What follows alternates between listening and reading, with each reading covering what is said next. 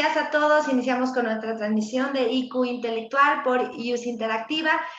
Muchas gracias a todos los que nos estén sintonizando. El día de hoy tenemos un tema sumamente interesante porque, pues, para todos aquellos que nos dedicamos a la materia de propiedad intelectual, pues tenemos nuevas reformas, tenemos nuevas cuestiones, una nueva ley. Y bueno, el día de hoy tenemos a un especialista en derechos de autor.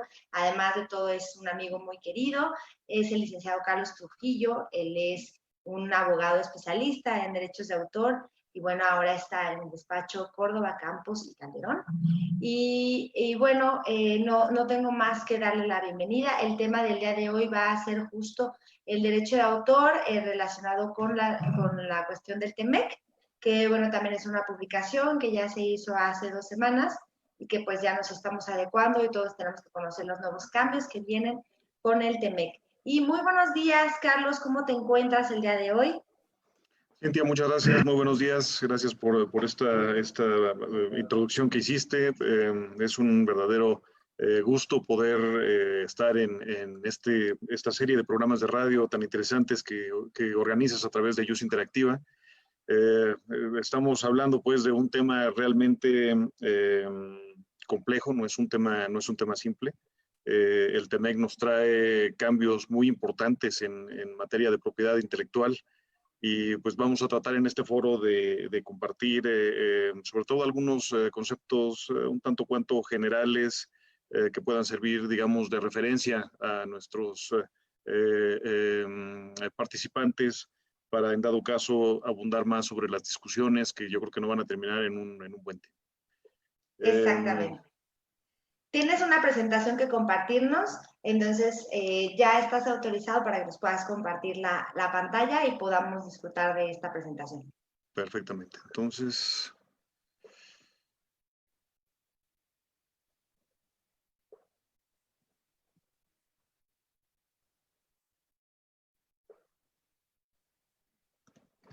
permíteme nada más un momento, Cintia. Sí, no te preocupes.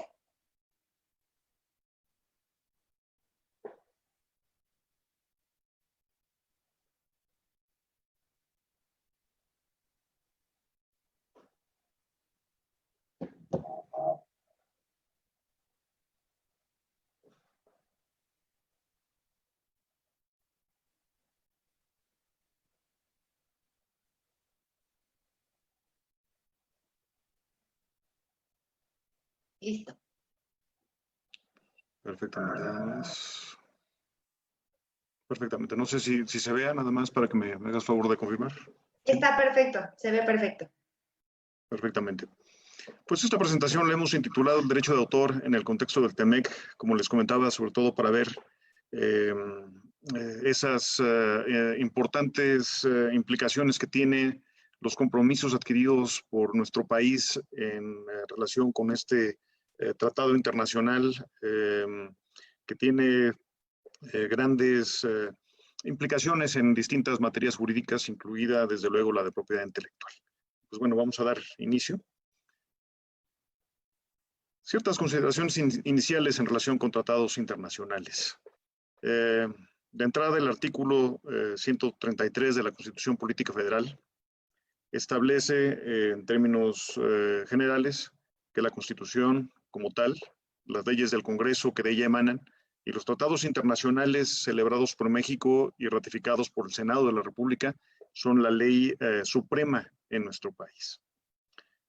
Podríamos entender en un primer momento, en este caso, que los tratados internacionales y las leyes federales tienen un rango equivalente, ya que el artículo, como les comento en la lámina anterior, les otorga tanto a los tratados como a las leyes federales ese carácter de ley suprema, entendiendo pues que están por debajo de la Constitución Política Federal. Aquí, sin embargo, la Suprema Corte de Justicia de la Nación ha resuelto en la tesis que identifico en esta lámina algo muy importante. La Corte resolvió que los tratados internacionales se ubican jerárquicamente por encima de las leyes federales y en un segundo plano respecto de la Constitución Federal. ¿Esto qué significa? Que los compromisos internacionales que tienen la forma de un tratado internacional celebrados por México tienen un rango superior a una ley federal en cuanto a la interpretación y la aplicación que estos puedan tener en nuestro país. ¿Qué pasa en el caso de Estados Unidos en cuanto a los elementos que se dan para que un tratado sea considerado tenga, digamos, un rango de una fuente de derecho en este país? De entrada, el tratado lo negocia un miembro del Poder Ejecutivo, bien puede ser directamente el mismo presidente de los Estados Unidos, secretario de Estado o algún miembro del gabinete que sea designado con poderes para estos efectos. Negociado el tratado y de alguna forma firmado por el miembro del Poder Ejecutivo, se traslada hacia el Senado de los Estados Unidos para efecto de que se discuta y en caso de que se apruebe por las dos terceras partes de esos miembros, se turna de nueva cuenta al Poder Ejecutivo para que, de ser ratificado por el presidente de los Estados Unidos de América, sea considerado como derecho que produce efectos en este país.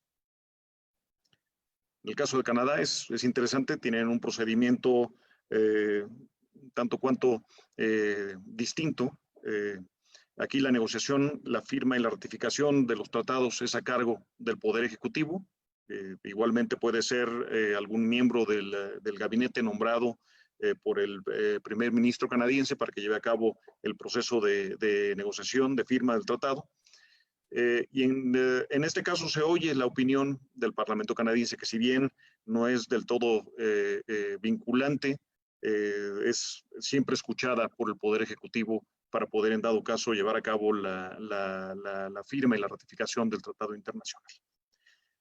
Concluido este procedimiento, digamos, de negociación y de ratificación del tratado, se turna al Parlamento canadiense, quien lleva a cabo se le dice una implementación del tratado mediante una modificación legislativa que se haga a leyes canadienses federales. No es sino hasta que se concluye con esta emisión de leyes, con esta promulgación de leyes canadienses a nivel federal, cuando el tratado internacional comienza a producir efectos dentro de este país. Distinto que, como vimos en el caso de México, es un proceso tanto cuanto más directo, como en el caso de Estados Unidos. El tratado, una vez que cuenta con la aprobación del Senado, se interpreta que ya produce efectos en México. Falta, pues, sin embargo, una formalidad previa, que es la publicación en el Diario Oficial de la Federación por parte del Ejecutivo, para que tenga, pues, esos efectos plenos en nuestro país. En cuanto a la, digámosle, como naturaleza formal del TEMEC, tenemos que es, si bien un tratado internacional, digamos, un protocolo que en derecho internacional público se le conoce como a ese tratado acordado entre países para modificar un tratado existente. Recordemos que el TEMEC es una modificación que se practicó al anterior TELECAN, al Tratado de Libre Comercio de América del Norte, que ya tiene ya sus años, si mal no recuerdo, es de 1994. Y lo que estamos haciendo con este nuevo, digamos, con este TEMEC, es actualizar las disposiciones que anteriormente eran contempladas en el TELECAN. Aquí lo tenemos, sustituye al Tratado de Libre Comercio de América del Norte, que está en vigor desde el 1 de enero de 1994 entre los tres países, ¿no? Entre Estados Unidos, Canadá y México. Y en este caso es, como su nombre lo indica, un tratado eminentemente de naturaleza comercial. Sin embargo, dentro de su texto se prevén compromisos en diversas materias jurídicas que se enfocan a, sobre todo, mejorar protección de bienes jurídicamente tutelados mediante el compromiso de los países de adherirse a otros tratados internacionales que vienen previstos en el propio TEMEC y a realizar ciertas adecuaciones legislativas para que, en dado caso, se ajuste las legislaciones nacionales de los países involucrados al contenido de estos tratados internacionales y al contenido del propio TEMEC, en donde vienen ciertas disposiciones de naturaleza sustantiva, en donde se busca tener ciertos estándares, cierto mejoramiento de distintas materias jurídicas enfocadas para facilitar el comercio entre las fronteras de los países, aunque desde luego implican beneficios sobre instituciones jurídicas tuteladas en los diversos países, dentro de las cuales evidentemente se encuentra parte de propiedad intelectual. Destaca también en este tratado la parte de inversiones, desde luego la parte de derecho laboral, que es toda una modificación importante que tiene que ser operada en nuestro país. Pero bueno, vamos a enfocarnos a la parte de propiedad intelectual y si bien vamos a tratar algunos aspectos muy generales, vamos a enfocarnos todavía con más precisión a la parte del derecho de autor. ¿Qué pasa en materia de propiedad intelectual en general? Hay ciertos elementos que destaco en mi presentación, que encuentro en el tratado, que creo que son convenientes, que es adecuado tomar en consideración como este marco general que debe de establecerse en las modificaciones a ser implementadas en los países en esta materia. Se establece en el artículo 20.2 del tratado, y aquí siento yo que dentro de estos objetivos se enfocaron más a la parte de propiedad industrial, aunque después la parte de derechos de autor es muy consistente, pero aquí se busca como parte de los objetivos en el artículo 2020 contribuir a través de mejoras en los 3 países a la innovación tecnológica, a la transferencia de tecnología, de tal forma que se favorezca el bienestar social y el equilibrio entre los derechos y obligaciones de quien lleva a cabo tanto la innovación como la transferencia de tecnología, como quien recibe estos elementos que derivan de los anteriores. En la parte 20.3, en el artículo 20.3 del tratado, en el inciso 2, viene una parte interesante.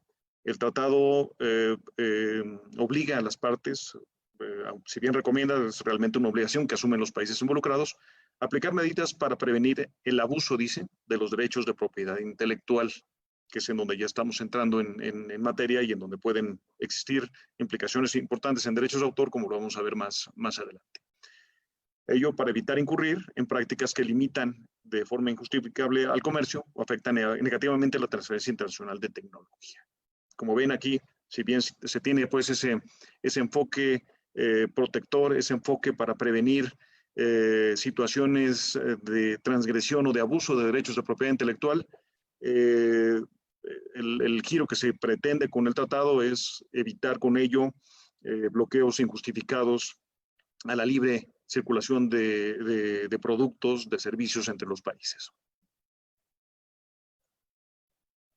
Continuando en materia de propiedad intelectual, y como es común en tratados internacionales en distintas materias, no nada más en cuestiones comerciales, se ofrece un trato nacional a los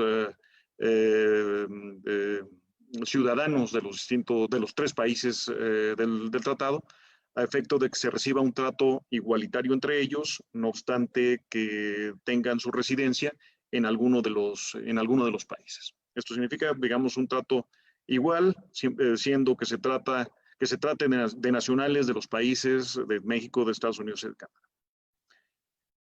Otro aspecto interesante, la creación de un comité de derechos de propiedad intelectual. Este comité es, digamos, de carácter eminentemente consultivo. Va a tener una reunión inicial en el año de la fecha de entrada en vigor del tratado, con un intercambio de información, con fortalecimiento de la observancia de derechos de propiedad intelectual. Parte importante, la parte de reconocimiento en materia de indicaciones geográficas, sobre todo por las ciertas controversias que hay en cuanto al reconocimiento en esta materia en el caso de Estados Unidos. Este comité va a estar integrado por un representante de cada uno de los países y fundamentalmente se va a ofrecer una cooperación en asistencia a los estados en cuestiones de propiedad intelectual, en materia de secretos industriales y evidentemente también en la parte de derechos de autor.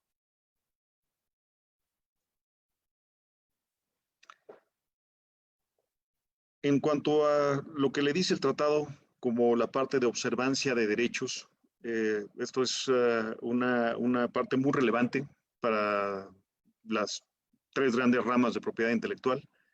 Se busca, sobre todo, que se implementen en los países medidas eficaces contra acciones que infringen derechos de propiedad intelectual, la inclusión de recursos ágiles, efectivos para prevenir infracciones, para disuadir conductas infractoras, que ya veremos más adelante que luego en algunos casos esa disuasión no se logra necesariamente con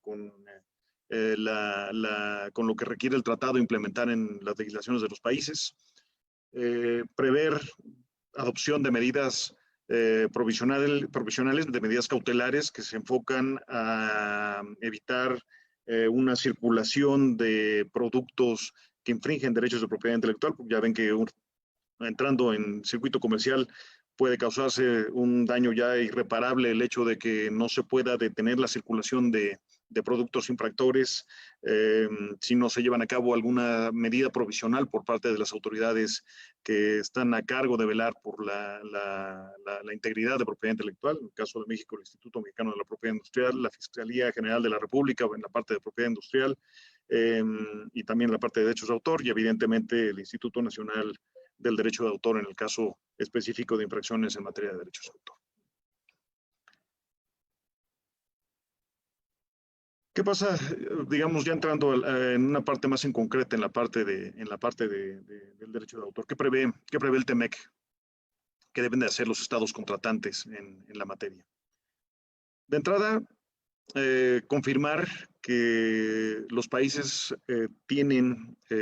están adheridos, son miembros de tratados internacionales en la materia que son realmente muy importantes, ¿no? Y aquí incluso pongo, antes que la Convención de Berna, como todos los especialistas en materia de derechos de autor, sabemos que el Convenio de Berna es la piedra angular del derecho de autor en el mundo, se puede decir, convenio administrado por la Organización Mundial de la Propiedad Intelectual. Pero aquí destaco incluso la relevancia que tiene el ADPIC, este acuerdo sobre los aspectos de los derechos de propiedad intelectual relacionados con el comercio, que constituye uno de los anexos del acuerdo con el que se crea la Organización Mundial del Comercio, allá en el año 1944, y es de especial importancia ya que varias referencias que vamos a encontrar en el TEMEC sobre disposiciones protectoras en cuestiones de propiedad intelectual hacen referencia al contenido de este tratado. Es muy importante tenerlo en consideración. Yo considero muy relevante incluso que se conozca su texto. No es un tratado como tal independiente, sino que se trata de, como les comento, de un anexo que regula las cuestiones de propiedad intelectual con motivo de la creación de la OMC, que tuvo lugar en el año incluso más bien que se publicó en el Diario Oficial del 30 de diciembre de 1994 y que es conveniente conocer y tener a la mano este texto para poder entender de una manera más integral al TEMEC en lo que se refiere a la parte de propiedad intelectual. Desde luego, Convenio de Berna, que es, como lo comentamos, la base fundamental de protección del derecho de autor en el mundo. El convenio sobre la distribución de señales portadoras de programas transmitidos por satélite, del cual se motivan diversos cambios necesarios para la protección de programas de televisión que se distribuyen por satélite y que se amplían en un momento dado también a la parte de señales transmitidas vía cable que no estaban necesariamente contempladas en el tratado y en nuestra legislación nacional y que más adelante vamos a comentar. Y desde luego los dos tratados OMPI, los tratados OMPI de Internet, el tratado de OMPI sobre derechos de autor y el tratado de la OMPI sobre interpretación, ejecución y fonogramas, que son indispensables para ¿cómo decirlo?, para ese brinco tecnológico que existió en el mundo y con el cual cobra relevancia la parte de la distribución, del uso, distribución, comunicación, comercialización de contenidos digitales, con el que de alguna forma se rompe digamos, reproducción y comercialización tradicional de bienes protegidos por los derechos de autor, hecho a través únicamente de bienes físicos, ¿no? Y que es la realidad que estamos viviendo actualmente, ¿no? Ya no concebimos el uso de una obra, me refiero incluso a fonogramas, a videogramas, a través de medios digitales. Ya la compra física de bienes creo que puede quedar reservada nada más para aquellos puristas que prefieren leer libros impresos. De lo contrario, pues el acceso a medios electrónicos, de obras de todo tipo, pues es algo, es el día a día de este mundo, y es el día a día de los profesionistas que nos dedicamos al derecho de autor.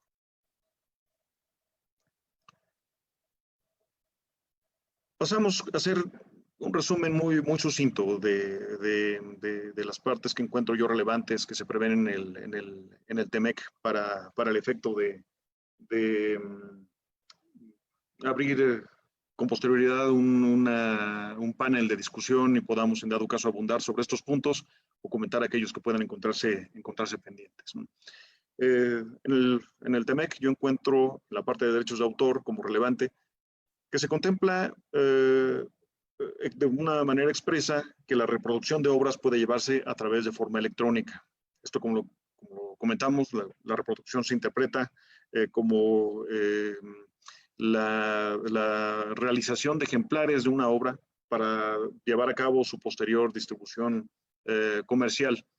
En un aspecto, digamos, físico, la reproducción era antes una copia material de la obra que permitía, digamos, llevar a cabo su distribución mediante la venta, generalmente en tiendas, en anaqueles.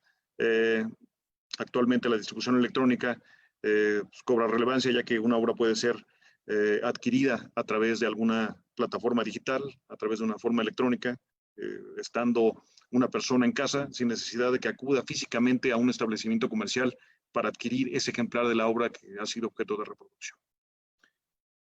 En este caso, y vinculado con la parte de reproducción, con la parte de comunicación pública, se contempla de forma expresa el derecho de puesta a disposición. Aquí permítanme, para poder tener a la mano unas notas que preparé, podemos entender que el derecho a puesta a disposición es precisamente esa facultad que tienen los autores de autorizar o prohibir el acceso de sus obras protegidas de forma tal que el público consumidor pueda acceder a ellas en el lugar y tiempo que ellos elijan y a través de medios alámbricos o inalámbricos. Recordemos lo que les comentaba en cuanto a la Convención Protectora de Señales, que preveía nada más la parte de satélite. Aquí estamos también ya, digamos, no descuidando ese sector de la comunicación pública realizada a través de vía cable, que es hoy por hoy un medio de difusión que está vigente, que está en crecimiento incluso en los 3 países miembros del Tratado Internacional. Otro punto, pasando, digamos, a la parte de la relación de autorizaciones entre autores y titulares de derechos conexos. En muchas ocasiones al titular del derecho conexo, al artista, al intérprete, al ejecutante, al productor de fonogramas, de videogramas, organismos de radiodifusión, se consideraba, digamos, como un titular de segunda, en donde tenía una preeminencia absoluta el derecho de autor por sobre los derechos conexos de estos otros titulares. El tratado aquí aclara que para efectos de autorización del uso, de la comunicación y de la explotación comercial de una obra, no se desdeña la autorización que deba de requerirse por parte de los titulares de derechos conexos para que se pueda llevar a cabo ese uso de los materiales en donde tienen participación, no obstante que también involucre el hecho del uso de una obra y en donde también se requiere, digamos, a un mismo nivel la autorización del autor para que pueda, digamos, en conjunto con el titular de los derechos conexos, de los titulares de los derechos conexos que están involucrados en el material de que se trate, para poder llevar a cabo ese uso y esa explotación comercial que vayan a tener los materiales en donde está tanto la parte de obras como la parte de derechos conexos. Hay una regla interesante en donde se determina la forma para efectiva de publicación de fonogramas, una regla un tanto cuanto compleja, en donde se hace un cálculo de 30 días a partir de la fecha de publicación de un fonograma en el país de origen, la cual se tendrá, digamos, por equivalente en todos los demás países. Esto, sobre todo, digamos, para efecto de definición de derechos de titulares, para efecto de cómputos de plazos legales de protección que puedan existir en relación con fonogramas. Aquí se amplían facultades otorgadas a titulares de derechos conexos, como otro punto relevante que encuentro en el TEMEC. Se otorga a artistas, intérpretes, ejecutantes la facultad de autorizar o prohibir la parte de radiodifusión y comunicación pública de materiales que tienen de sus intervenciones, la fijación de interpretaciones o ejecuciones que no hayan sido fijadas por estos titulares y que no estén, digamos, comprometidas contractualmente con otro titular que pueda estar involucrado. Aquí me refiero, por ejemplo, al caso de esos eventos en vivo, en donde si bien existe una radiodifusión del evento, no necesariamente puede existir una fijación del evento como tal en un soporte material que permita su posterior distribución. Se otorga en este caso a artistas, a intérpretes ejecutantes esa facultad para poder en dado caso determinar si esa participación que tuvieron va a ser fijada para su posterior uso, comercialización, comunicación pública. Y evidentemente el derecho de puesta a disposición que también se les otorga a titulares de derechos conexos, en donde no nada más el autor puede determinar o puede poner, digamos, a disposición del público su material, contenido, los materiales, más bien las reproducciones que se hacen de sus obras, sino también a estos titulares de derechos conexos se les otorga esa autorización para que en dado caso determinen si se va a poner a disposición esos materiales en donde hayan tenido participación a través de su interpretación, de su ejecución que hacen de las obras de los autores que están también involucrados en ellos. Un punto interesante, se establecen plazos mínimos de protección en materia del derecho de autor, en el caso también de derechos conexos, y aquí son parámetros interesantes a considerar. En el caso de autores, personas físicas, se sigue esa regla en lo general, en donde se prevé que la vigencia va a ser de 70 años de la vida del autor, va a 70 años posteriores a la vida del autor como regla general, y aquí reitero y destaco otra vez la parte de que estamos hablando de autores, personas físicas, quienes están haciendo en dado caso, o a quienes está beneficiando esta vigencia.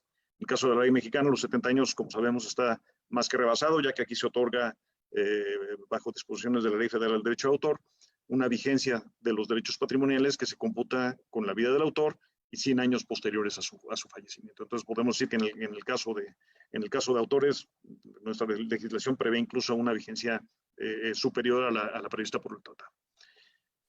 Pero aquí vienen algunos puntos interesantes. ¿Qué pasa cuando no es el autor persona física? Les reitero, el carácter, y que en el caso de México el autor invariablemente será siempre una persona física, pero ¿qué pasa cuando es un titular de derechos patrimoniales de autor distinto de una persona física y distinto del autor de la obra? En el tratado se prevé que en este caso la vigencia se va a computar tomando como base la primera publicación de la obra, de la interpretación, ejecución o del fonograma de que se trate, y 75 años, digamos, contados a partir de esa primera publicación que se lleva a cabo del material.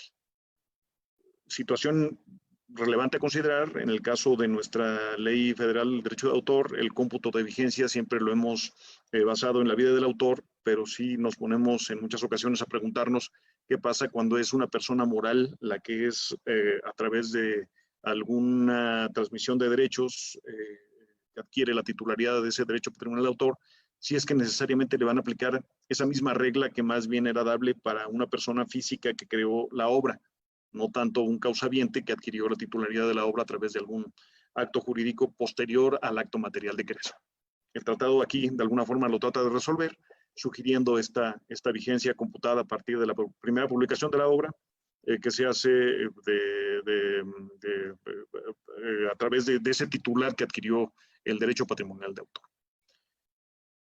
En el caso de que no existan publicaciones autorizadas de la obra, es decir, de esa obra de alguna forma inédita, se prevé el tratado que si dentro de los 25 años de creación de la obra no se dio esa publicación autorizada, ya sea de la obra, de la interpretación, de la ejecución del fonograma, la vigencia no podrá ser inferior a 70 años a partir de la fecha de creación.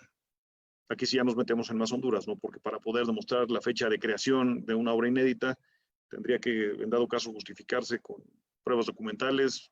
En caso de no existir, digamos, un registro de obra que se haya practicado ante el Instituto Nacional del Derecho de Autor, pues bueno, se podría complicar el cómputo de esta vigencia en el caso de esas obras no publicadas. Pero bueno, estos son parámetros interesantes que habrá que considerar. Llama la atención, bueno, que esto en dado caso será objeto de otra plática, que en cuestión de vigencia en las reformas recientes en la Ley Federal de Derecho de Autor no se tocó el artículo que habla sobre este punto. Por lo tanto, pues esta modificación que viene en el tratado no fue del todo integrada en legislación nacional en el caso de México.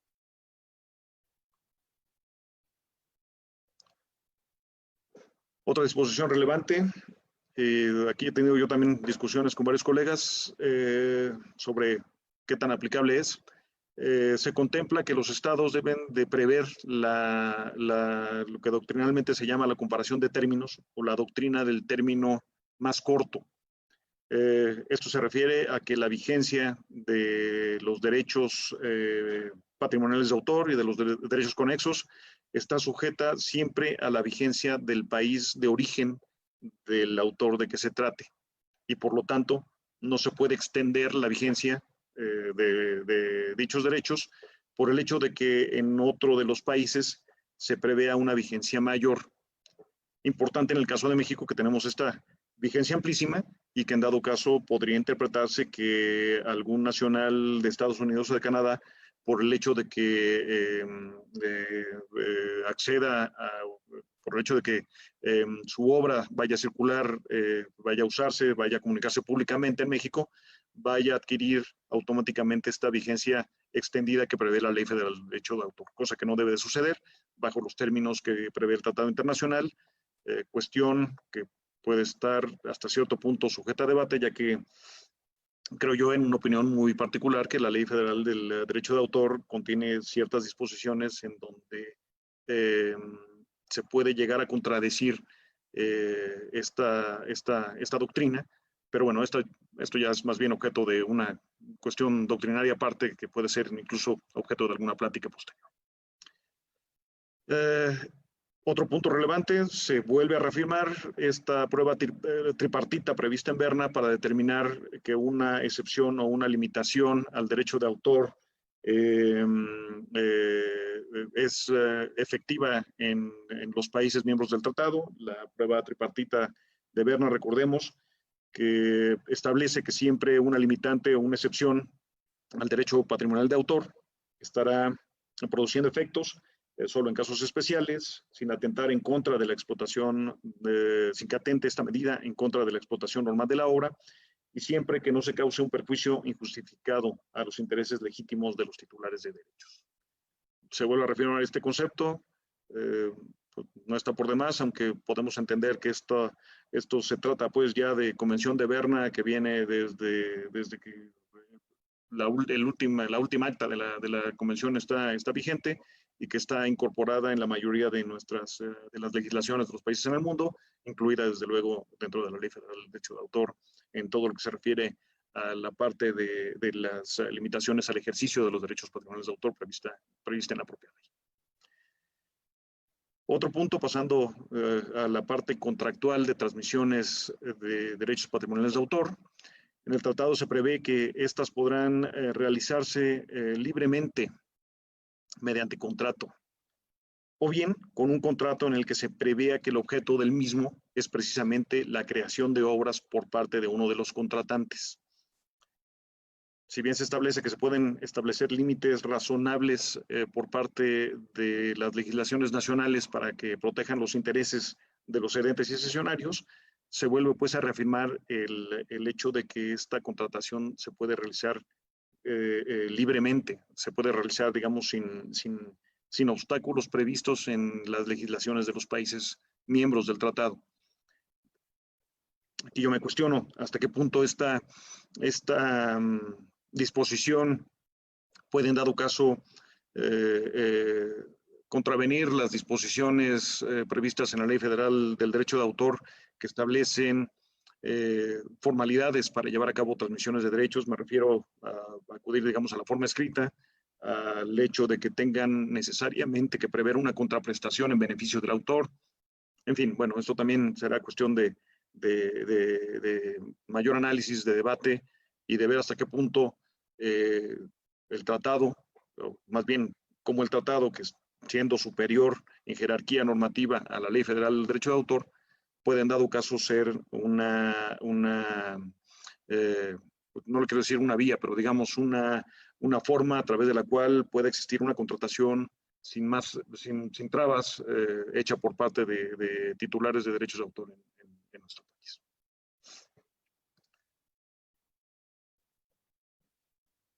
Pasamos a la parte, digamos, tecnológica muy importante, muy importante. Reitero, parte de estas modificaciones que tienen que ver en lo que se refiere a la tecnología, al uso de obras en entornos digitales a través de medios electrónicos, son recogidas en la reciente reforma a la Ley Federal del Derecho de Autor, publicada el 1 de julio. Y en este caso, vemos que en el tratado se prevé que debe ser reconocida la figura del proveedor de servicios de Internet debe ser reconocida, y se define esta limitante, o se deslinda de responsabilidad a estos agentes cuando dentro de las redes que controlan se llegan a violar derechos de autor por el hecho de publicar materiales en donde no se cuenta con una autorización expresa del titular de los derechos patrimoniales de autor en relación con los mismos.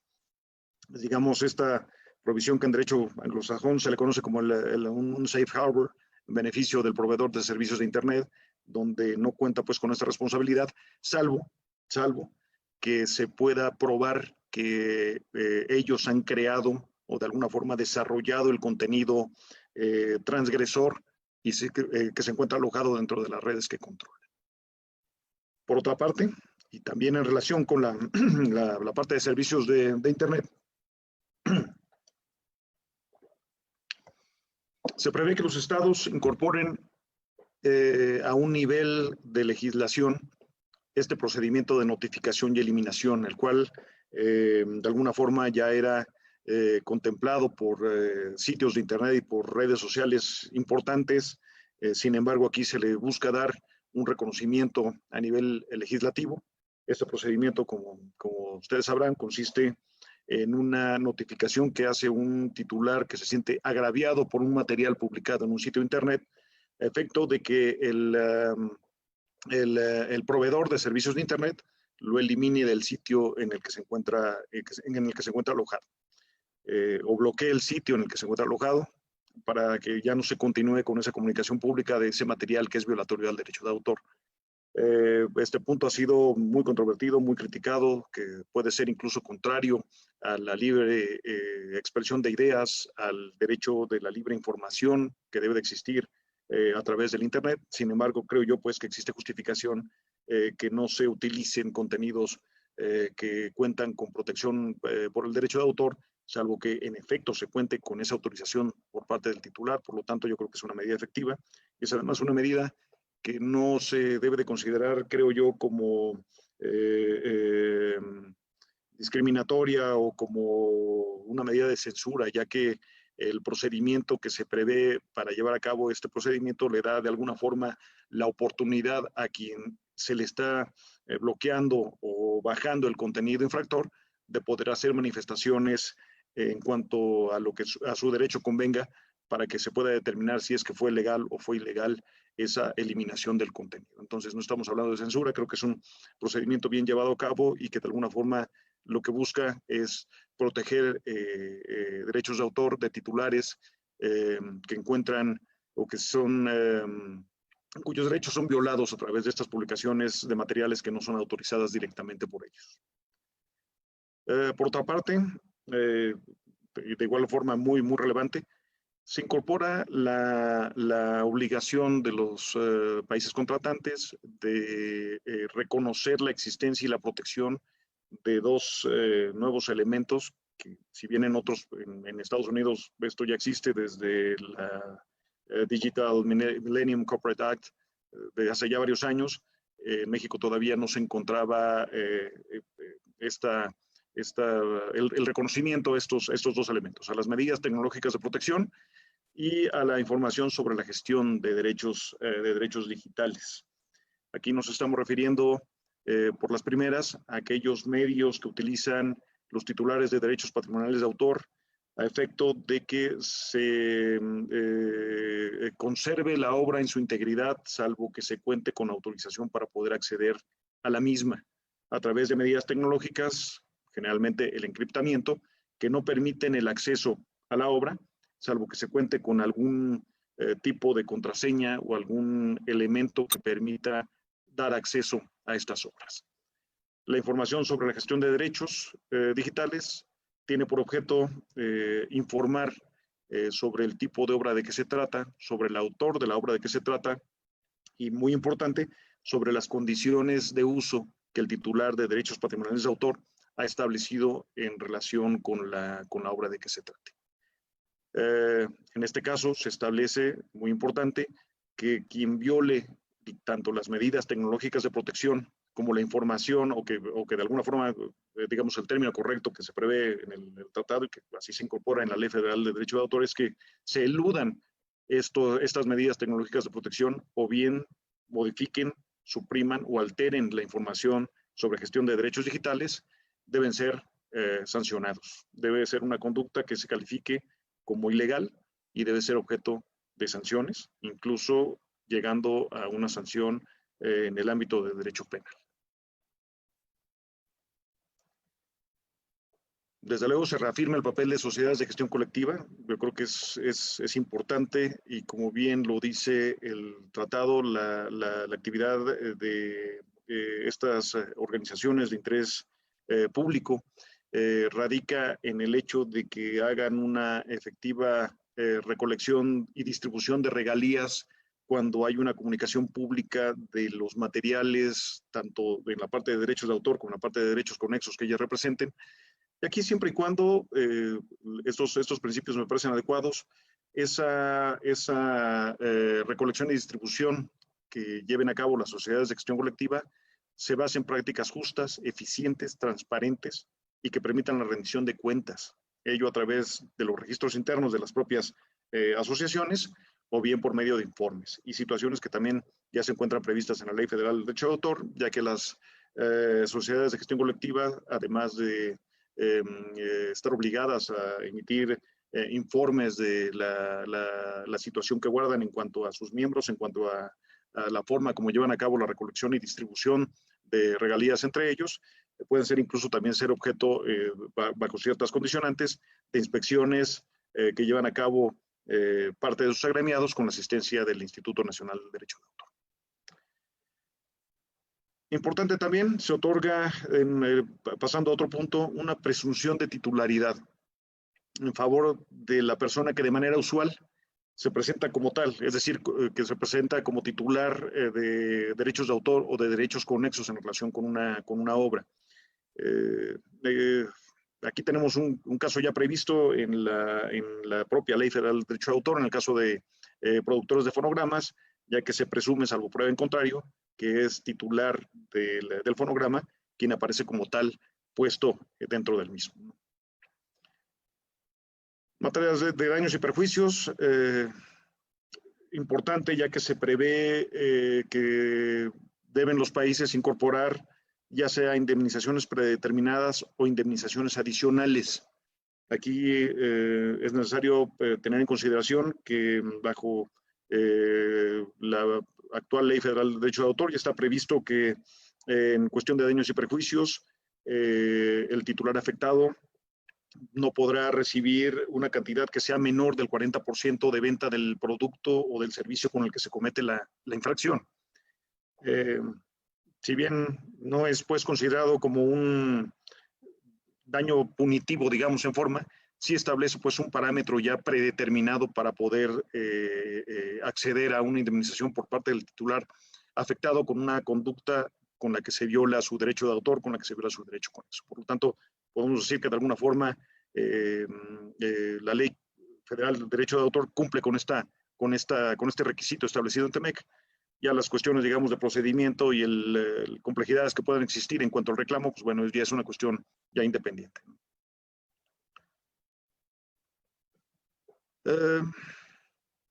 Hay un reconocimiento derivado de los mismos compromisos internacionales que derivan de los tratados que comentamos al inicio, en cuanto a que se protejan señales encriptadas, tanto vía satélite como vía cable, portadoras de programas de televisión.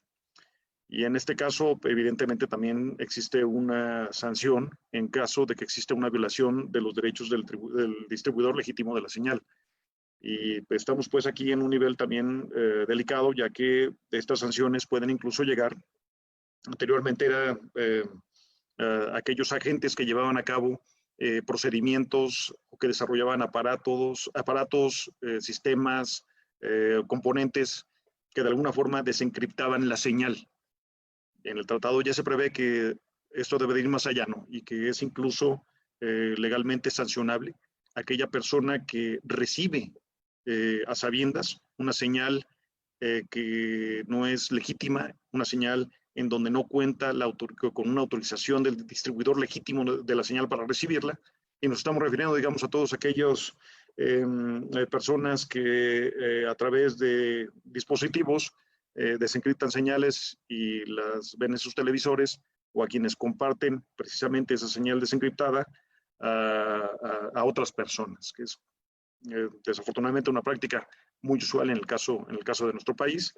Digamos, es una realidad que tenemos que enfrentar y que en términos del tratado, esto constituye una conducta legalmente sancionable.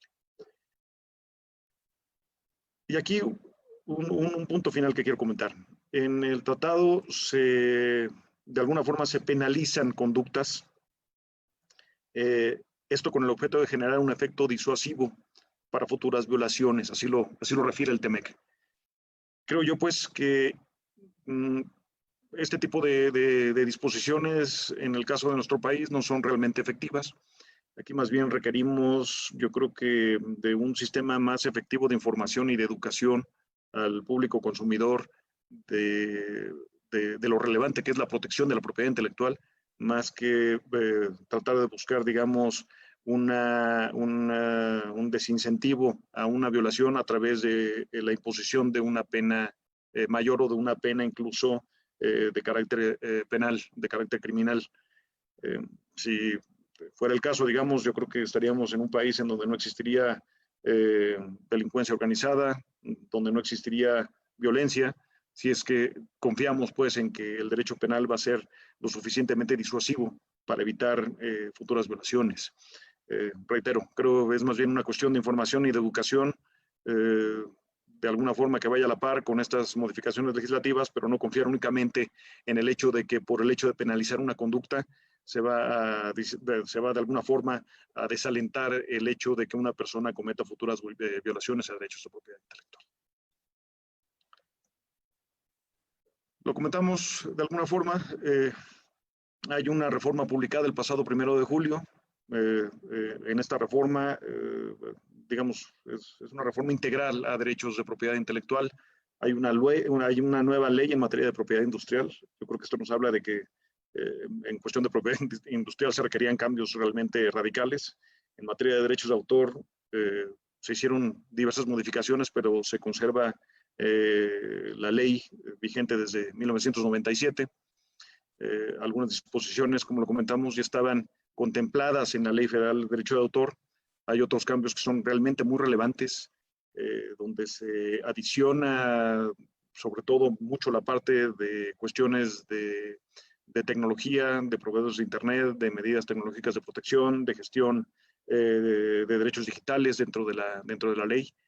pero desafortunadamente por cuestión de tiempo, desafortunadamente, pues aquí no desafortunadamente, sino más bien esto es materia de otra plática y entonces pues ya no me permiten los organizadores extenderme más sobre este punto.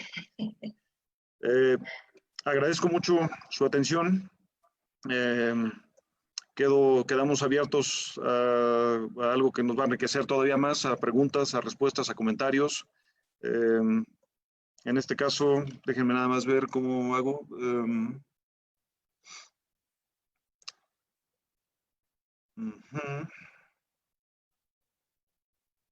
Y necesito, Cintia, yo creo que Sí, en la parte de abajo de la presentación, igual en la pantallita del Zoom, aparece de dejar de compartir. ya parece que necesito. ¿Sí? ¿Ya podemos, Cintia? No. No, todavía estoy viendo tu pantalla. Les pido una disculpa, pero estas cuestiones son demasiado modernas no es cierto. para un abogado ya de cierta edad, entonces... Sí, bueno, todos nos estamos adecuando a esta tecnología. Ya vi, no, esa es la parte de arriba, en la parte superior de la pantalla, es en donde va a aparecer, hay una pestañita de color verde, y ahí debes de dejar de compartir la pantalla. Aquí estoy. Sí.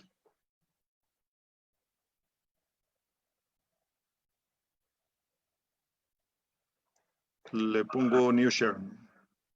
No. Sí. Así. Así es.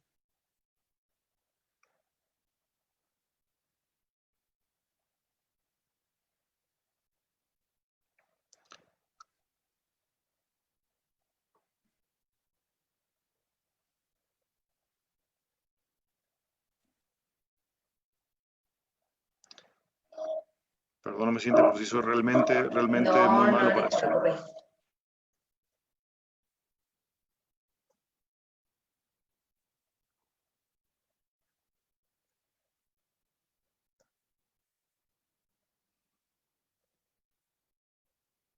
¿No? A ver. No. Voy a intentar Ahí está. algo.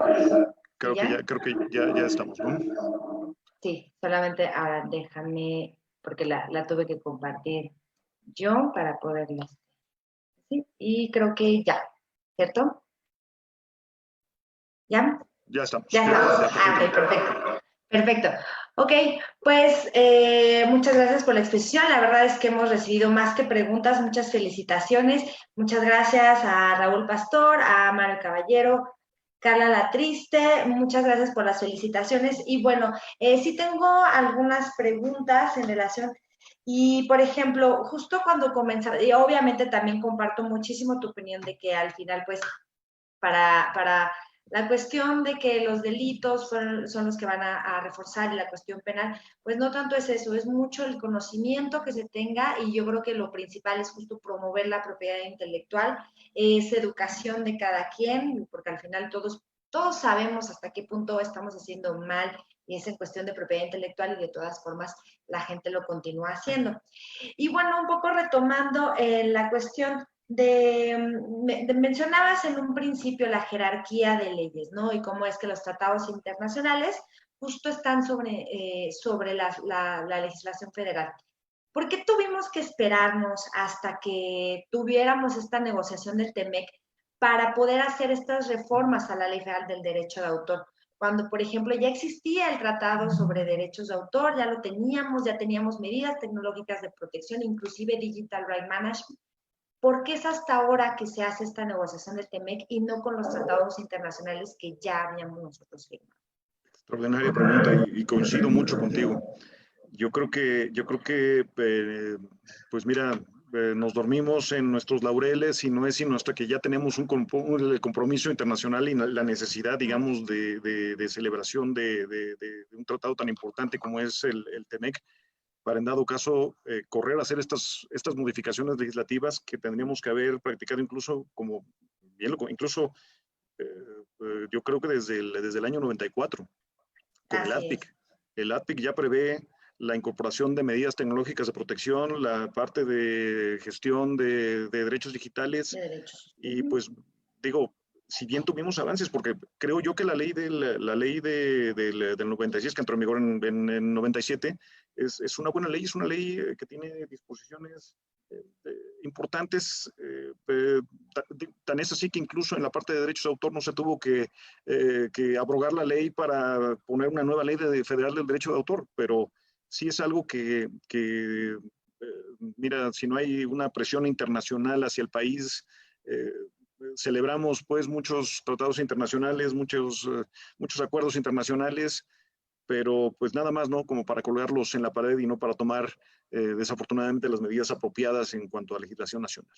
O bien, digamos, también puede ser el caso de que confiemos mucho en la autoaplicabilidad de un tratado internacional, que no creo que sea el caso, ¿no? Pero bueno, asumiendo que es ley suprema por el hecho de de tener un proceso, digamos, de ratificación del Senado, un tratado internacional, que por ese simple hecho ya todas las disposiciones de los tratados celebrados por México con esta ratificación ya producen efectos plenos en el país, que creo yo que lo más adecuado es sí hacer una incorporación en leyes federales para no dejar este punto sin lugar a dudas. Creo que coincido, pues, o sea, si no hay esa presión internacional que se ejerza hacia el país, pues no hay un movimiento que beneficie de alguna forma para incorporar en leyes federales estas disposiciones que son necesarias, sobre todo para una mejor interpretación y para una mejor aplicación de lo que se prevé en los tratados internacionales.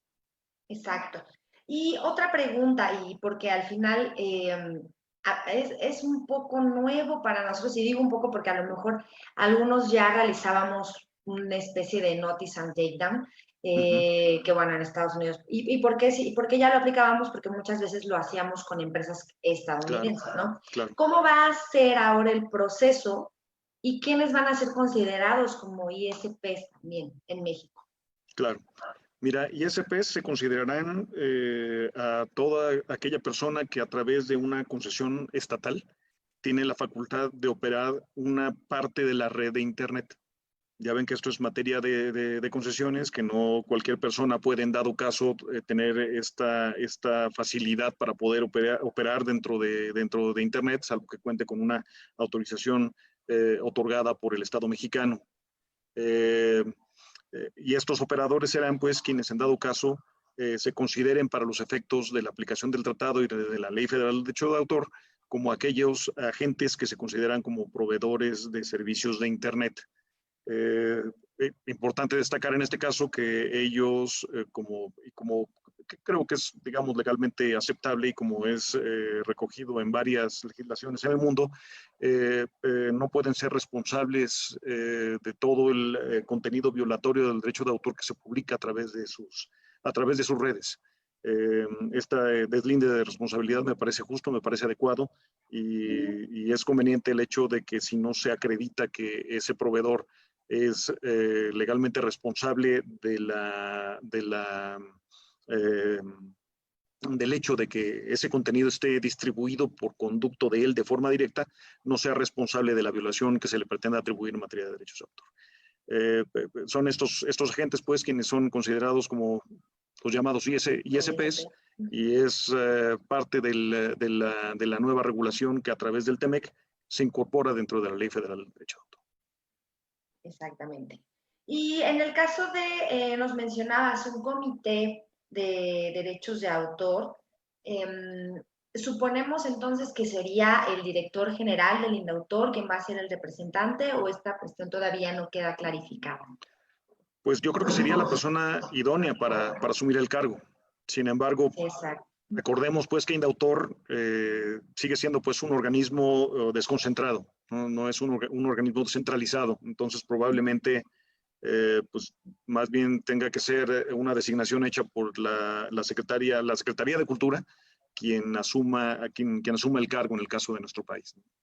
Aunque, digamos, en un plan ideal, evidentemente el titular del Instituto Nacional del Derecho de Autor es la persona que conoce de la materia y quien en dado caso debería de representar a México en este comité, pero hay que tomar en consideración un punto importante, porque aquí estamos hablando de que es un comité de propiedad intelectual en donde también se engloba la parte de propiedad industrial. Entonces, probablemente, pues ya tenga que ser una decisión más bien de gobierno federal a quién va a designar, ¿no? Claro. Porque no podemos, ahora sí que yo reconozco pues la importancia y la preeminencia del derecho de autor por sobre la parte de marcas y patentes, pero creo que los especialistas de marcas y patentes no van a estar tan de acuerdo. Sí, no van a compartir esa opinión que tenemos. Definitivamente. Exacto. Y bueno, un poco también hablando de la vigencia, que nos aclaras que no hubo cambios respecto de la vigencia, pero sí entendemos que hay un cambio en cuestión de cuando se hace el conteo conforme la vida del autor y ya se hace una aclaración respecto de la publicación de la obra, ¿no? Porque ya, como nos lo mencionas en el TEMEC, ya señala que la vigencia puede correr desde la publicación de la obra. ¿Cómo se va a dar esta comprobación de la publicación de la obra? ¿Será mediante el registro del instituto, las manifestaciones que a lo mejor ahí se hacen de la fecha de primera publicación? ¿O cómo será? Muy buena pregunta. Yo creo que aquí dependerá de los elementos probatorios que tengas precisamente para cuando se realiza la publicación de la obra, es decir, cuando la obra deja de ser, a fin de cuentas, inédita. El registro no necesariamente nos va a dar los elementos para poder determinar que ya la obra está publicada. Recordemos, pues, el registro es declarativo, tiene, digamos, los efectos fundamentales de reconocer que la obra existe y que la titularidad le corresponde, al menos salvo prueba en contrario, a quien se presenta como tal en el registro. Sin embargo, no denota de forma alguna que la obra sea publicada. Entonces, aquí tendría que ser más bien otro tipo de elementos con los que se pueda, en dado caso, acreditar que la obra fue hecha del conocimiento público, para, en dado caso, si queremos acogernos a la disposición del tratado que establece esa vigencia de derechos en beneficio de personas distintas del autor, pues ya, tener ya el parámetro para hacer el cálculo de esa vigencia a partir de esa fecha de publicación. Exacto. Ok, y tenemos aquí una pregunta del público que nos dicen, ¿las reformas a la Ley Federal de Derecho de Autor son acordes con el TEMEC? ¿O todavía nos faltó? Este es un tema que en breve vamos a tener un panel muy interesante. Cintia nos va a hacer favor de mandarnos la información sobre este panel. Yo creo que, adelantándome un poco, en mi concepto, una buena parte de las reformas están precisamente ajustadas a lo que dispone el TEMEC. Creo que podríamos haber aprovechado la oportunidad para hacer otros cambios también relevantes en la Ley Federal de Derecho de Autor, pero no me quiero adelantar. Como les comento, esto va a ser materia de otro panel muy interesante al cual van a estar todos invitados.